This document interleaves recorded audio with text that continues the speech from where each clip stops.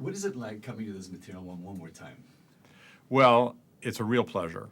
I shouldn't say that because it's so much fun to work and do these films and craft them and have the opportunity to do physical gags and little subtle gags with language and working with such a great cast of friendly, happy people. So it's a joy to go to work every day. And we all, it's a sense of silliness that we arrive at work with in the morning. And, it's a real pleasure to make the films. Well, we become more international. We have more international cast, as you can tell. A great Andy Garcia, who's our Latin lover. And we have Aishwarya Rai, who's such a big star she can't walk down the street in India. And, Jeremy Irons, the great, and Alfred Molina, the great English actors. And, of course, the great Jean Reno. And I love our relationship on screen with Jean. It's a Frenchman. Well, I'm supposed to be French, but I'm really American. But I think we have a really lovely rapport on screen. I like working with him. Well, there's an American comedian named Jack Benny. And Jack Benny was beloved. But here's his character traits. He was arrogant and stingy and bossy. And I think Clouseau is arrogant. We don't know about stingy, but arrogant and bossy. And it amazes me that you can have these negative traits and yet still like the guy. And I think that's the secret to the film. He's not, Mr. Nice Guy. He's a funny, arrogant bumbler. He gets it lucky. We're playing him a little bit smarter than they did in the other movies. He actually does figure some things out.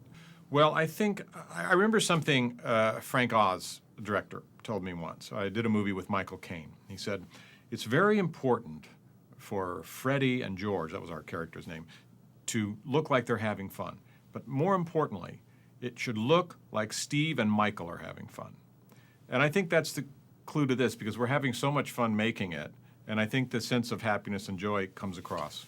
I just loved comedy. I came into our household with the black and white television, and I saw the great comedians Laurel and Hardy and Jerry Lewis and Abbott and Costello, and Red Skelton, American comedian, and I would go to school the next day and imitate them, do what they did. I just love comedy and also show business. I like the idea of traveling around from town to town, being sort of in the circus.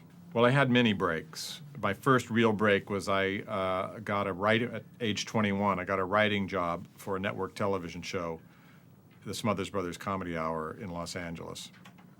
I had written some things in college and they liked it, so they hired me on a whim. And then? Oh, well, then the next break, I would say, would be appearing on The Tonight Show around 1972 with Johnny Carson, and getting a foothold there and being able to do my act. And then the next break were my records. I was able to get a record deal, and we had a nice hit with a couple of comedy records and got on Saturday Night Live, and then it led me to the movies. Well, yes, because it's hard to find movies that you can get to do physical comedy in. It's hard to be believable. But this character sort of walks the line between a real person and a cartoon.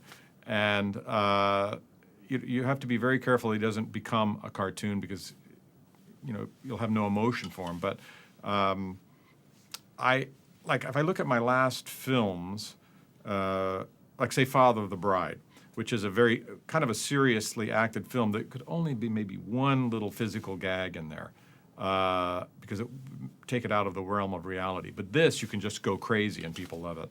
I really enjoyed, you also enjoy the most difficult, like the wine juggling was, I had to rehearse it. I juggled as a kid, so I had, you don't really see it on the screen, but I did juggle, so I had to work on that, practice that. And the flamenco dancing, which is, takes a day or two to shoot, so it's kind of exhausting. But we're setting buildings on fire, and that was fun to do too, because I'm essentially making it up as I go along, the dance. We do know each other, and I think it's fair to say we really like each other.